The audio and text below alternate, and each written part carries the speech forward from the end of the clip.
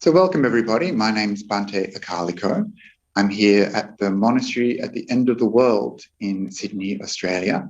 And it's my pleasure to welcome you today here to our special program for the Therigatha Festival.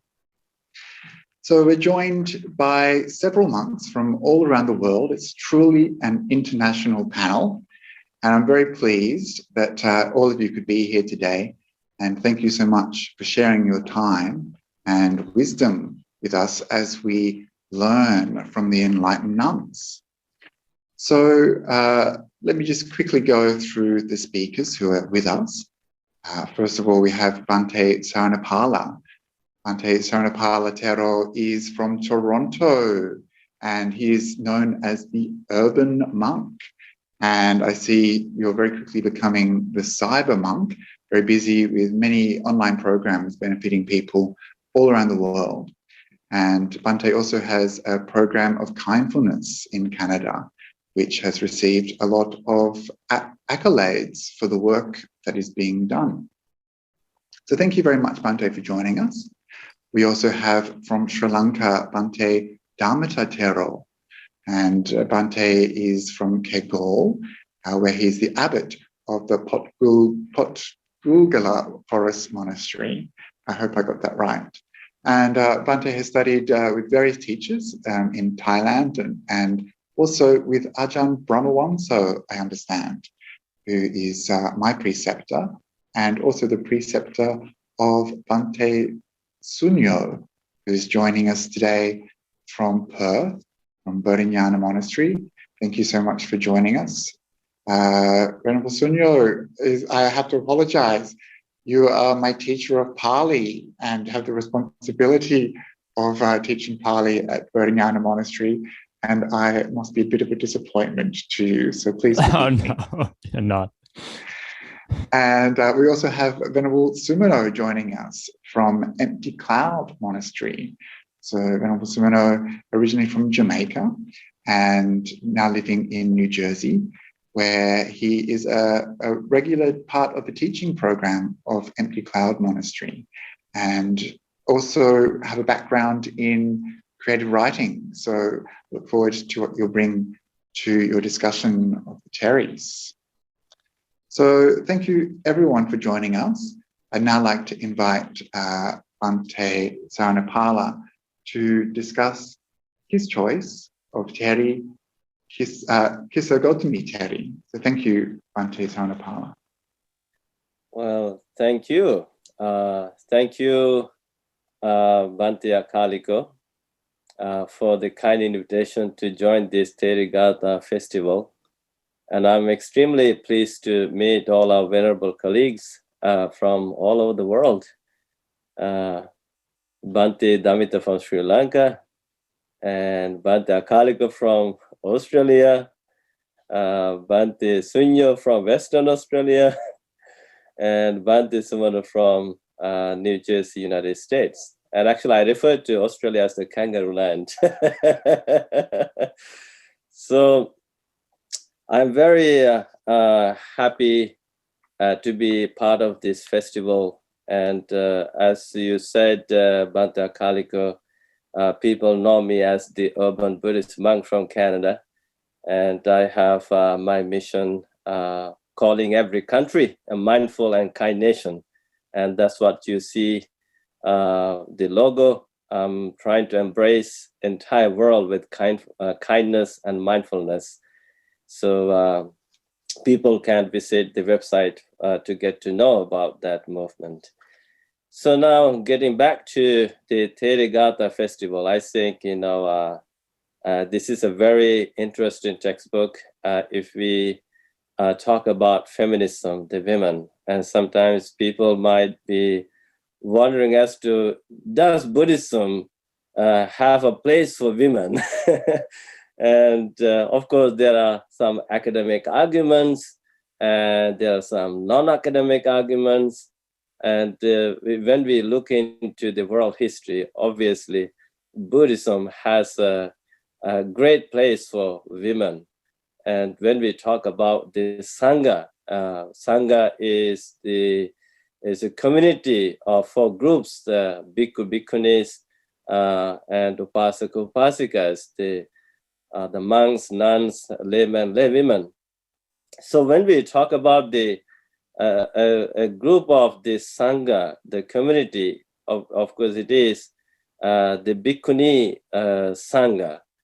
And so the Bhikkhuni Sangha, of course, Buddha realized the fact that anyone can become enlightened. And though to enlightenment is open to everyone. And I think even those days, it was a great relief for women, especially those who were going through rough time as in their household life, and definitely those who were seeking relief and the freedom from the suffering, pains they were going through. They found a refuge in the Buddha's teachings. And so Buddha ordained them, and these women, as ordained bhikkhunis, started practicing Dhamma. And so through the Dhamma, they were able to find a true refuge and true shelter and the freedom. And the witness is this ancient text, Therigatha, the songs of the Enlightened Nuns. And here in the West, every time I talk about the women in Buddhism, I always encourage people to read the Therigatha, because this textbook contains the wisdom and insights of these enlightened nuns, and which could be a great motivation and inspiration to so many women around the world who are seeking the freedom. So when we talk about Theri, Kisagotami Theri, and this is found in the Therigatha, in the chapter 10, and the group of 11 verses. And there we know that Kisagotami had a child, and the child was dead, but she did not realize her child was dead, but she was looking for medicine to heal her only child. And she went to different teachers, different doctors, but doctors, of course, explained to her, your child is no more. So, but she could not understand that. But there was one compassionate doctor who was kind enough to refer her to the Buddha. And then she was relieved. Oh, finally, I have been referred to a doctor who could heal my child. Then she rushed to the Buddha. And then, of course, she said, Lord, please, maybe, we don't know maybe how she addressed the Buddha by then. Maybe she addressed Buddha as a doctor. Please, doctor, help me, give me medicine for my child to come back to life. And of course, Buddha realized she was not in the right frame of consciousness or real senses. So she said, okay, bring me some mustard seed. And of course, Buddha, this actually indicates Buddha's the deep insight and the wisdom, how he could help people realize the reality by themselves. So Buddha said, okay, you bring me some mustard seed and I will heal your child. And she said, it's a piece of cake for me. I can bring it right now. But then Buddha put a condition. This mustard seed should be from a house where death never occurred. And then, of course, she went to first house. She received the mustard seed. She asked a question, has anyone died in this family? Then, of course, they said, oh, my uncle, my aunt, my father, my mother, my grandpa, my grandma, all died. And then she said, okay, I don't need this. Then she went to next to her. Again, when she asked the same question, they also said the same thing. So eventually she realized, now I understand why Buddha asked me to bring the mustard seed. Then she realized, then she, of course, respectfully threw away the child in the channel ground, and she returned to the Buddha. Buddha met her a monk, gave the ordination, and she practiced meditation. And then when she found the relief through Dhamma and meditation, became enlightened, she realized, my goodness, maybe the doctor who referred me to the Buddha was a true, true friend, good friend, Kalyanamitta. And of course, Buddha himself was the true Kalyanamitta for me. And he is the one who put me into the right direction. And that's why she said in the first verse, she said, look, Kalyana mittata munina lokang adissa vannita. Kalyana mitte bhajamano apibalo pandito asa. So Buddha truly praised of the good friendship. And then one interesting wisdom that she is saying here, of course, along with the Buddha's wisdom, even the fools, the foolish people, stupid people, when they choose to hang around with the smart people, the good people, they also become good. They become good people, good friends. Therefore, we should try to bhajitabba sappurisa panya tata vadhati bhajantanam bhajamano sappurise sabbe hipe dukhehi pamuchaya. So it's not, so we should hang around with the good people, good friends. And when we hang around with the good friends, it helps us grow with wisdom, with deep knowledge. And so when we keep hanging around with the good friends, the sappurisas, the fine people, and guess what? It will also help us to become completely free from our human suffering. And so that is, now she is saying this from her own experience. And of course, she was in deep pain for losing the son. Here she received the true refuge. And so she considered, oh my goodness, Buddha is the true friend. That's the good friendship. The Sangha community is good friendship, the community of the good friendship. And so that gave her wisdom to understand, to realize the true nature of life. And eventually that led her to become an ordained nun and practice the Dhamma. And then and that good friendship led her to become completely free from the cycle of life, the human suffering, samsaric suffering. She also realized the Four Noble Truths. It was the Noble Eightfold Path that led her to become completely free. She actually explained that in those verses. And not only that, she also, another reality from those days, even is so true now, womanhood is actually a painful life. And I think any woman that we talk to, even I know that here, even in Asia, normally people always say women in India, women in Bangladesh, women in Sri Lanka, in Buddhist countries, and not only in the Buddhist countries, even here in Canada, I do a lot of counseling. I get to listen to their stories, and they're saying, my goodness, this is such a painful life.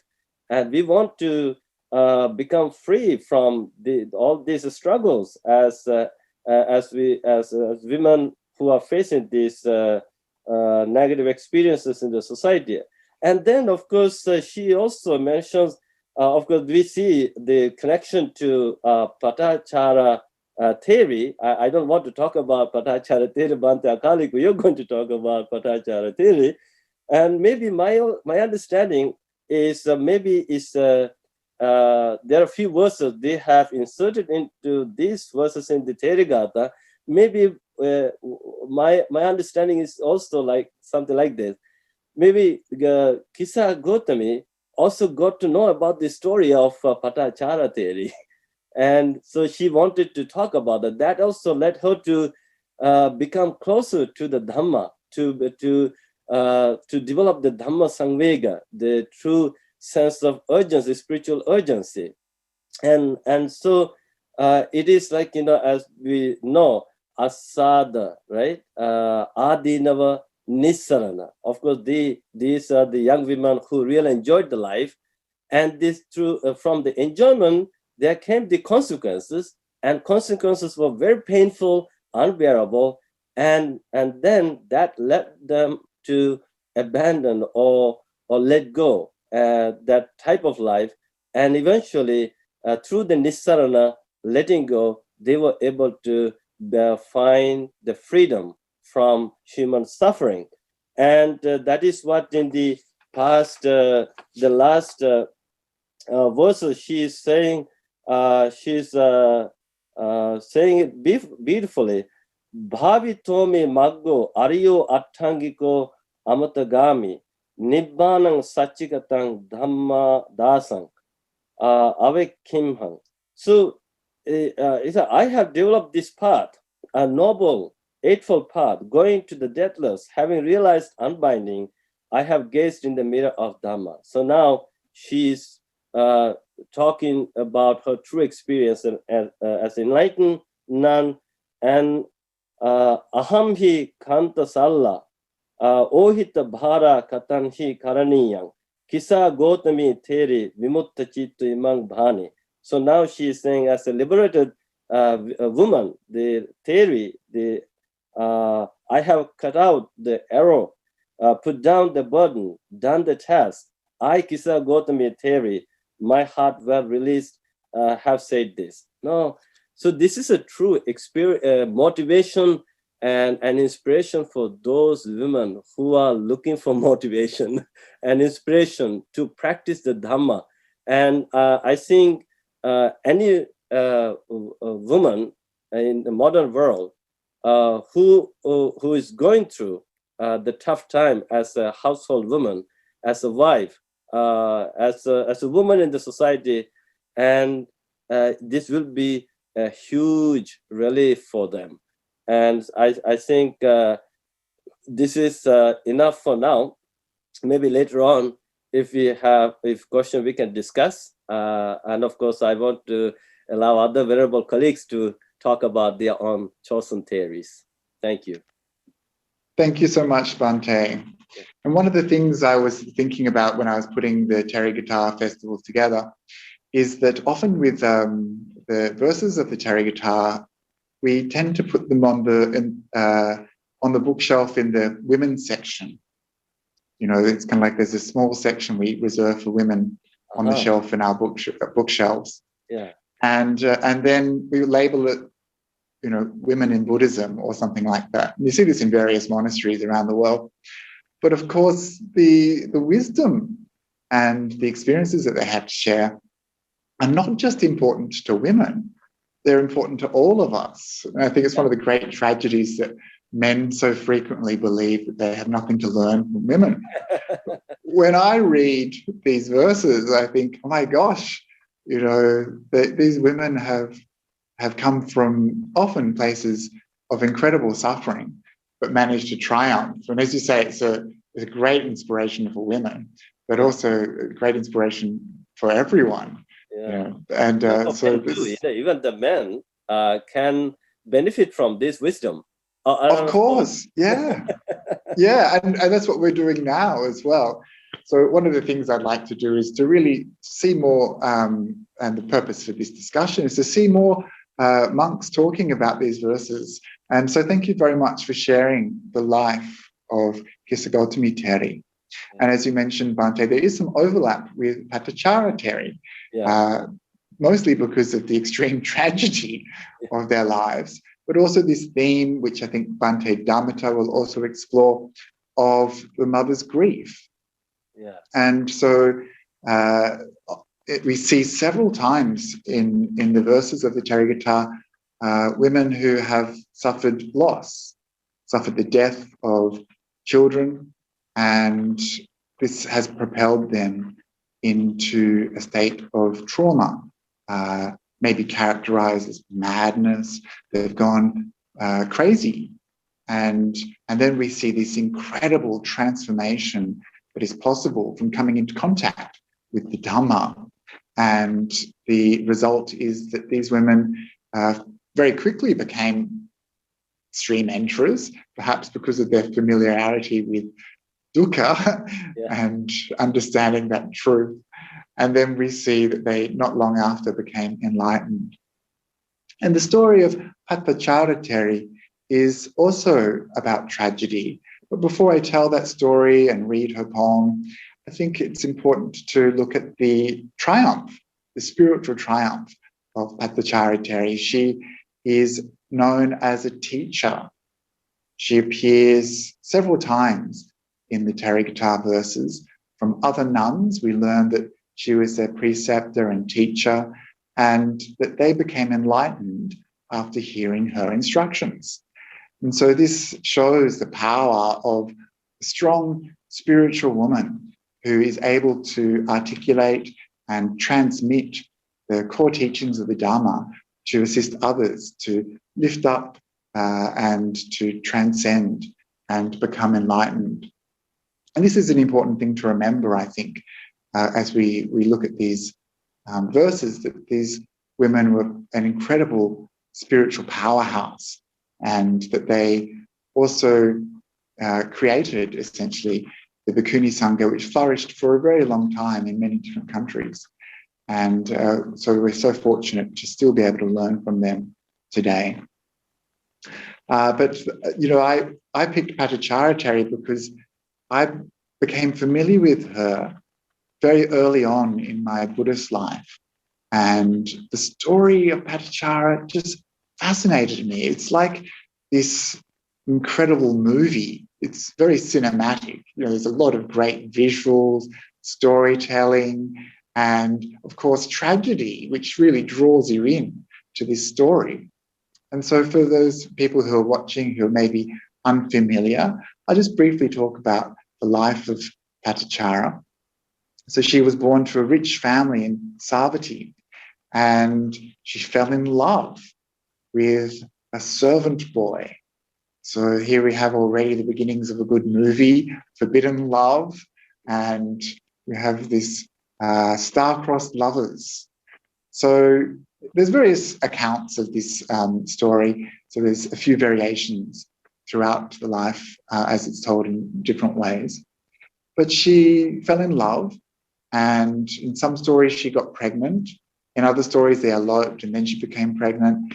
In any case, she left her family and went to live not the life of a rich girl anymore, but the life of a poor person. So already we have this incredible variation, from richness to poorness. And then she became pregnant. She wanted to go home and visit her family, but her husband wasn't happy about that because he thought he would be in big trouble after vanishing with their child. So she decided to go back alone, and she didn't make it. She had to give birth in the bushes, and then she returned back to her home and missed that opportunity to reconnect with her family. So there's a sense of her being alone and vulnerable, maybe missing, maybe regretting her decision. Then she became pregnant again. And this time she was like, I'm going back. She probably needed help, extended family can help raise a child. And so she started off on this journey back with her husband, back to her family. But a storm was brewing. And of course, storms are wonderful metaphors for psychological drama and the idea that there's something slightly out of whack in nature. Usually in many cultures, we see storms kind of representing some sort of moral order. And so Patacara Theri and her husband walking back to the village, Savatthi, that she came from. But the storm is coming, and it's a terrible storm, and she needs to give birth. So again, there she is giving birth in the bushes, getting rained on in this fierce thunderstorm. It's a very beautiful, powerful image, of suffering. And her husband goes away to find some firewood and is bitten by a snake and dies. And there he is, dead on the ground. There she is, alone, not knowing what happened to him, giving birth with her child next to her and the baby coming. And then when it's dawn, she realizes that her husband isn't coming back, and she goes child and she sees him dead. So she's lost her husband and she still wants to continue to Savatthi. So she takes her baby, newborn baby, and her small toddler, and she needs to cross the river. So again, an image of water, which is something that features strongly in the story of Patacara. In the storm, now we have this swollen river which she needs to cross. And so how to get across with two small children across a flooded, swollen river? So she takes the first child and leaves the second on the bank. The baby is the one she takes, and she goes across and she places the baby on the shore on the far side. And then she starts heading back to take their small toddler. But she sees a hawk circling above. And this hawk is looking for a meal, sees the baby and comes down and swoops down and takes the baby. And Patacara is waving and yelling, trying to scare the bird off. But meanwhile, her other child on the far bank sees her waving and yelling and thinks, oh, she wants me to come. And so walks into the swollen river and is very quickly swept away by the waters. So poor Patacara, in only a few moments, she's lost her husband, she loses her newborn baby to a hawk, and then loses her son, the toddler, to the floods. And so she continues, despite this tragedy, wanting to go back more than ever now to Savatthi. She meets someone on the way coming from Savatthi who tells her that that storm destroyed the house of her family. And now her parents and her 3 brothers are dead. So this is the straw that broke poor Patacara. And she went mad on the spot from grief. And then she wandered for a long time, becoming more and more crazy because of this trauma, and naked, wandering. And eventually she came into contact with the Buddha. And the Buddha said, why are you grieving, child? Breathe easy. You should find yourself. Don't grieve. Don't torture yourself unnecessarily. And at that moment, she became a stream enterer. And then she continued her practice, became a nun, and she practiced for some time. And that's when we get to these verses, which she talks about her struggle for enlightenment. So I'll just share the screen and come to the verses. So here she is talking about struggles. She says, ploughing the fields, sowing seeds in the ground, supporting partners and children. Young men acquire wealth. I am accomplished in ethics and I do the teacher's bidding. Being neither lazy nor restless, why then do I not achieve quenching? So obviously, I wish I had such struggles, already a stream enterer. So she's talking about her struggle for enlightenment. And here we see again the image of water. Having washed my feet, I took note of the water. Seeing the foot-washing water flowing from high ground to low, my mind became serene, like a fine thoroughbred steed. Then, taking the lamp, I entered my dwelling, inspected the bed, and sat on my cot. Then, grabbing the pin, I drew out the wick. The liberation of my heart was like the quenching of the lamp. And so I won't say too much more about these verses, except to say this very mundane act of washing her feet, this movement of the water, the purification, perhaps, of cleaning the feet as a symbol or a metaphor for the purification of cleaning the mind, And this association with water that figured so prominently in her life and the tragedies that she experienced, and that this element was what led to her being able to extinguish the lamp, take out that dart, and this image of enlightenment, nibbana, the blowing out of that lamp, pulling out of the wick. She would no longer be reborn. So this is the story of Patacara and her verses in the Theirgatha, I think 5.10. And the story just always inspires me, tragedy and the triumph of Patacara's life. So I hope that our viewers enjoyed that. And to continue the theme of tragedy, and it really is quite sad how much tragedy there is in the Theirgatha, and how many mothers lost children as well. I'd like to invite Bhante Damita to share the story of Vasetthi. And so please, Bhante, just let me know if you'd like me to share the screen. Actually, so when you talk about the tragedy, I just wanted to say, even one of our Sri Lankan mother family is their only child. And it was this young man's last year of the university, last exam. After writing the last exam, they went out to enjoy the evening. And this guy slipped into the water, ocean water, and he got washed away. And it's a real tragedy. Now the mother is seeking wisdom. I think they should be reading these verses. Sure, yeah. And it's one thing to remember, these things are still happening today all over the world. There's so much tragedy, but the Theris, they were the ones that learned that wisdom. Yeah. Bhante Damita. Thank you, Bhante Akaliko.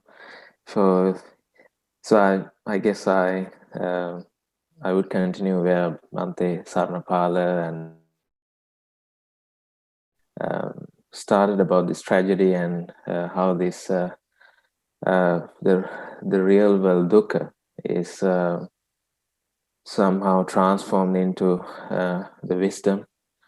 So in particular, this Venerable Vasethi's Theirgathas was again like it kind of gave me this inspiration that like just a normal people in the world try to sort of the commentary to the story to the verses say she was based in Vesali, like newly married and having a child, and for some reason she lost the kid, and so she loses her mind, and for certain time, like for some time, the family tries to look after her,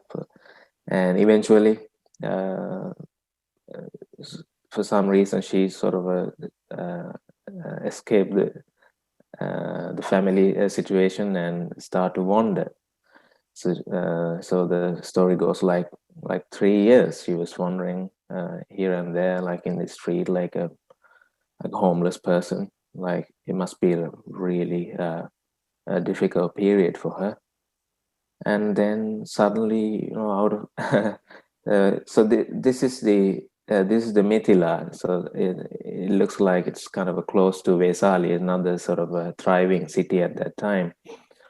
The Buddha happened to be there, and she sort of nearly, like I think accidentally, meets Lord Buddha, and then this great thing happens, and she sort of comes to her senses, and so the story goes. So perhaps it's time for me to read the verses. So can Bhante Akaliko, can you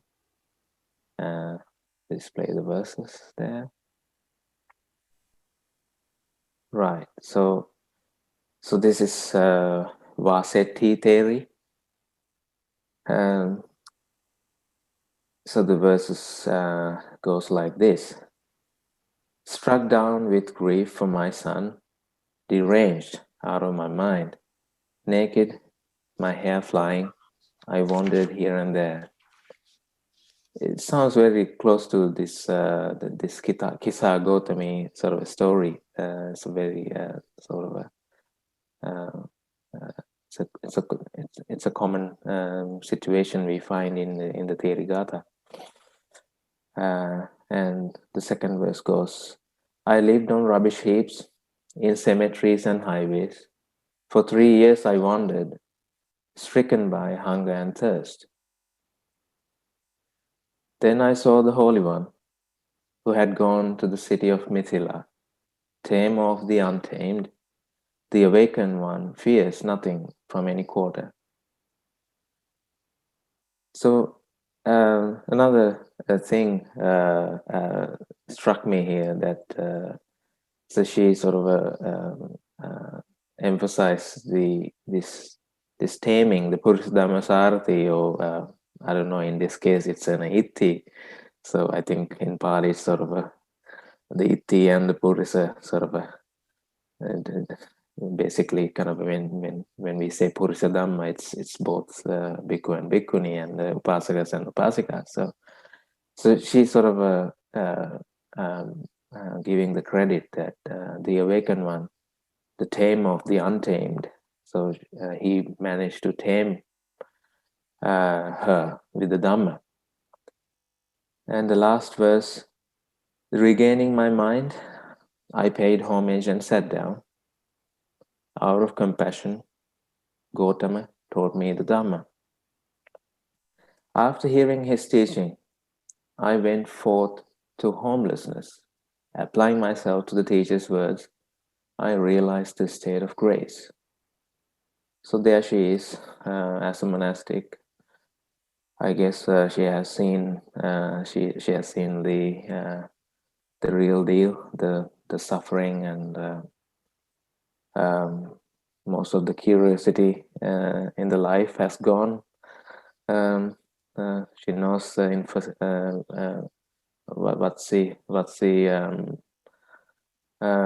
are the asada and the adina, the gratification and the danger of the kamaloka.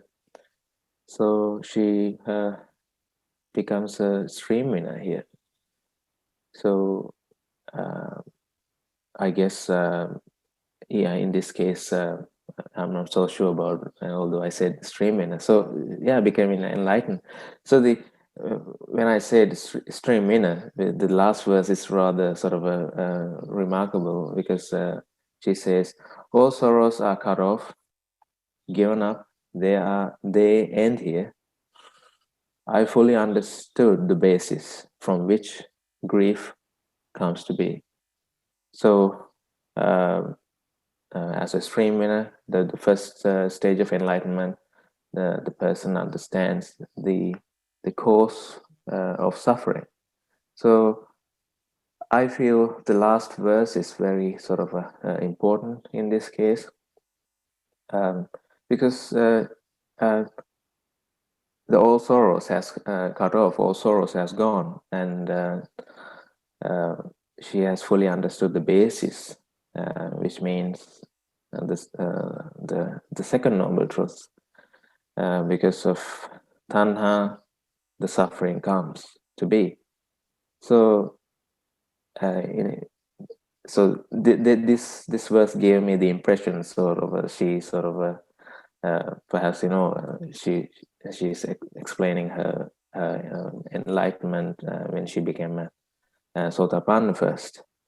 So it doesn't have to be the Sotapanna itself, but that's the according to the Ratana Sutta and many other suttas, that's the hallmark of understanding or being the Sotapanna. So it's the same thing, like a repetition. It's the same, like it goes along with what Bhante Saranapala and Bhante Akaliko just read. It's there are these sufferings, like the day-to-day sort of difficulties, and things, the tragedy happens, and some of these women were very fortunate to find Dhamma, and with the necessary kalyana mittas, with the being in the right time and the right place, they managed to break through. It doesn't matter whether it's a man or a woman. So here, of course, we want to sort of emphasize like how inspiring it can be of this sort of breaking through the suffering. It's sort of definitely it's kind of inspiring for we men reading this sort of these women, how they sort of experience these things, and how capable they are to turn this sort of a tragedy into a liberating experience. So I think that's the reason. Actually, that's the single most. That's the reason that I chose these verses, because it simply gave me like many other verses in Theirgatha. It kind of reminds me like the normal day-to-day people can break through and realize Nibbana. So sadhu. So this is the first 3 verses from our discussion today that kind of touch on the theme of mother's grief and suffering, extreme dukkha, and then the transformation of that through spiritual understanding. So I'd like to invite our other speakers to unmute and perhaps have a discussion if there's anything that came up for those people who haven't spoke. And just wondering, it seems sometimes we talk about women as like having a harder life because of the amount of suffering, but controversial opinion, perhaps they have a better chance of enlightenment because they see more clearly the suffering. Does anyone have anything they'd like to add for those animals? Well, I would like to add actually much more, but I don't have time. You have to go. And, yes. I'm going to miss the real wisdom of Bhante Sunyo, Bhante Sumano. But I wish you all the best. It was wonderful meeting all of you. And of course, women rocked in the past. They are rocking now. They will be rocking in the future too. Nice to see you. Thank you, Bhante, for taking the time to be with us today. Yeah. So, Sunyo, did you want to say something?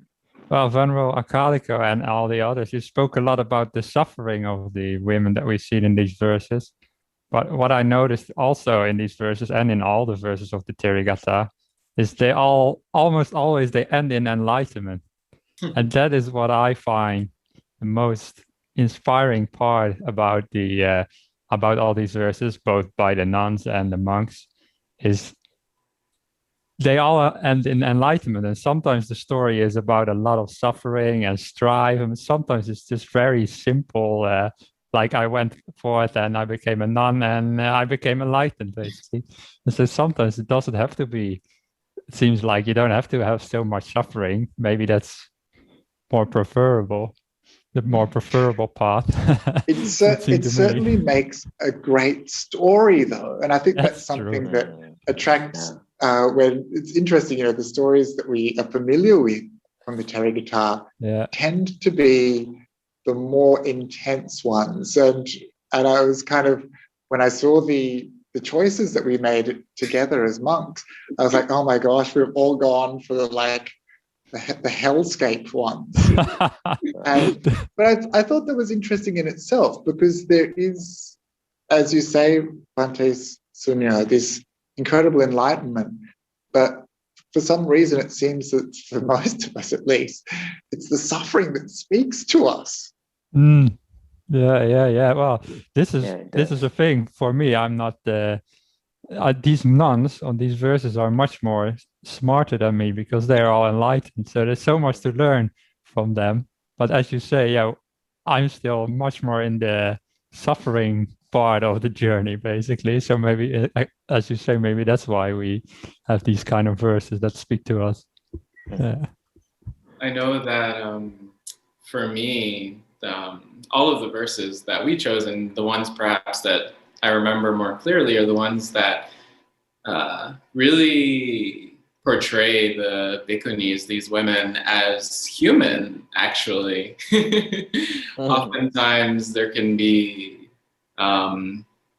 perhaps an idealized image of what it's like to practice and what it's like to achieve the fruits of the practice, enlightenment. Just hearing a sentence from the Buddha and boom, you've got it. But to see in the Therigatha especially, how it's not easy often. Oftentimes it's very difficult. But also on the flip side of that, to see the possibility. And I think that's, for me anyway, what's really inspiring, where there is this almost insurmountable suffering, but for each of these women, there's hope, there's redemption in some cases, and salvation, in the sense that there's a way to end the suffering, and they realize that with the help of the Buddha or other bhikkhunis, enlightened bhikkhunis, and it's, yeah, that's that's uplifting when the path seems so long and difficult, that even in these moments of just utter devastation, that Buddhist practice actually offers a light, offers a lamp, actually, that we can use to wake up. It's very, very touching. I think it's interesting. You just mentioned again the idea of enlightened nuns teaching other nuns, which is something I touched on earlier. And I can't imagine these stories happening if there wasn't that solid community of bhikkhunis at the time, because you need this kind of culture, these people around you. Of course, the person I chose to talk about, Patacara, was foremost in the Vinaya. So she was a very strict ethical conduct, which she mentions in her verses. And she was a teacher of these other women, and they became enlightened thanks to her help. So I was just reflecting upon the importance of the Kalyanamitas, not just the Kalyanamita in the Buddha, but also having that spiritual friendship and qualified teachers around you, and the importance of having communities that can support your practice.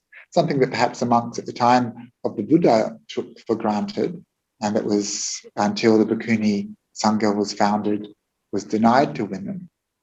And then with the flourishing of the Bhikkhuni Sangha and later disappearance, something that was lost for a long time for female practitioners. So it's a blessing to have the Bhikkhuni Sangha becoming thriving again, because of the benefit we'll have so many. So some of the verses also portray them both as a layperson and as a bhikkhuni. Actually, many of them do. So in a way, in these verses, almost ingrained the importance of the ordination as bhikkhunis. Like you see them first as a mother. Of course, they wouldn't have become a mother as a bhikkhuni, because you can't, if you're pregnant, can't become a bhikkhuni. But then afterwards they ordain, and then they become enlightened. Shows you the importance of the support of other bhikkhunis, in a sense. Yeah, something I noticed about this, this thing came early on, that the women and this suffering thing, and they're sort of exposed to more suffering kind of thing. Like if it is, if we can like support for that argument. Let's say it's the case. Like what I notice that as a mother, as a person who kind of has some responsibilities, like bringing up children, and the other sort of responsibilities. Like in a day-to-day like situation, you bound to have like certain upadana, like certain sort of in order to be in charge of something. You sometimes like you sort of you take the responsibility that with the responsibility you have certain kind of grasping to the problem, and then that very grasping, if something goes wrong, can sort of fire back at the person. So these mothers with that instinct, this mother's instinct, somehow seems like vulnerable, and it's kind of show like vulnerable to the dukkha, because if something goes wrong, the second noble truth happens. So and if the correct dhamma, sort of if the kalyana mittas are there, so it's sort of perhaps it's easier for them to see these relationships, to see this okay, where's the grasping is, like one through in the spectrum, sort of have a greater dukkha, and then sort of comes back to us the liberation. Sort of I see I think I see this sort of a pattern there, sort of like when you see in the Asian situation, like, so if you see like how many people, like in monasteries, most of them are women who kind of sort of supporting monks, and sort of in the day-to-day situations, and also they see that there must be like more than women, more than men, actually. They sort of and it's interesting, Bhante, that yeah, it's interesting. Usually when I think in a Buddhist context of a mother's love for a child, the first thing I think of is in the Metta Sutta, the Karunaya Metta Sutta. Just as a mother should protect with her life her child, her only child, and this is kind of praiseworthy. This is the mind of love that we can develop from emulating a mother's kindness and care. And I wonder, so many of the as you say, the women that we meet in monasteries are parents, and perhaps they have an advantage of developing this mind of love, and not just the vulnerability. Well, yeah, of course, yeah, exactly, yeah, I agree. Yes, there's certainly. I certainly would be quite hungry if I had to rely upon the kindness of men. So, yeah. That's a fact. Yeah. One thing that occurs to me is this narrative, though, of kind of the mad woman, which is a bit of a common trope in history, and maybe not something that we really I don't think would have such prominence today. This kind of idea of the hysterical woman, or the woman who's lost the plot, gone mad from grief or whatever. This I'm sure this narrative wouldn't be appreciated in a contemporary context, but it still has some power, persists. How can we talk about these poems in a way which kind of references the depths of that suffering and trauma without falling into the era of kind of this like overly emotional woman, or yeah. Well, one thing we should point out is that in the Theravada by the monks, there's also monks who pretty mad and want to kill themselves. So it's in that sense not much of a difference. They may not have been mothers, of course, but for other reasons they went just as mad, and you see them wanting to hang themselves or whatever, and then they also meet the Buddha and become enlightened. So in a sense, the story is very, very much the same for those monks as it is for the nuns that we've just seen. I don't know about I don't know about this stereotype that you mentioned. I didn't know that it was a thing, but I never looked at the verses in such a way, and I didn't see the nuns as any different from the monks, really. But, yeah. Very good. Bhante Sumano, did you have something to add? Oh yeah, I was going to say that yeah, it also struck me that that is a trope that you can see throughout human civilization of the hysterical woman that needs to either be institutionalized or you know, sort of gotten under control, like the taming of the shrew sort of story.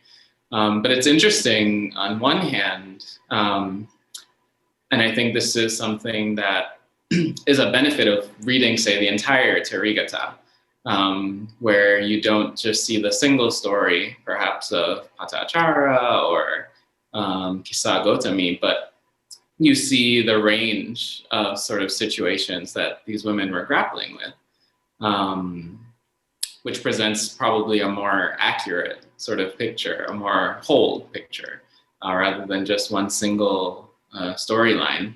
But then also how I feel like often the stories that start off perhaps in this stereotypical way, because a lot of these women were also wives. So, you know, being, say, fed up with household life, being dominated by a husband or mistreated by society or males generally. How, even though that's often how the story begins, there's this taking of that and turning it on its head, where these women overcome many of these circumstances, or the typical storyline then veers off into a different ending, a happy ending.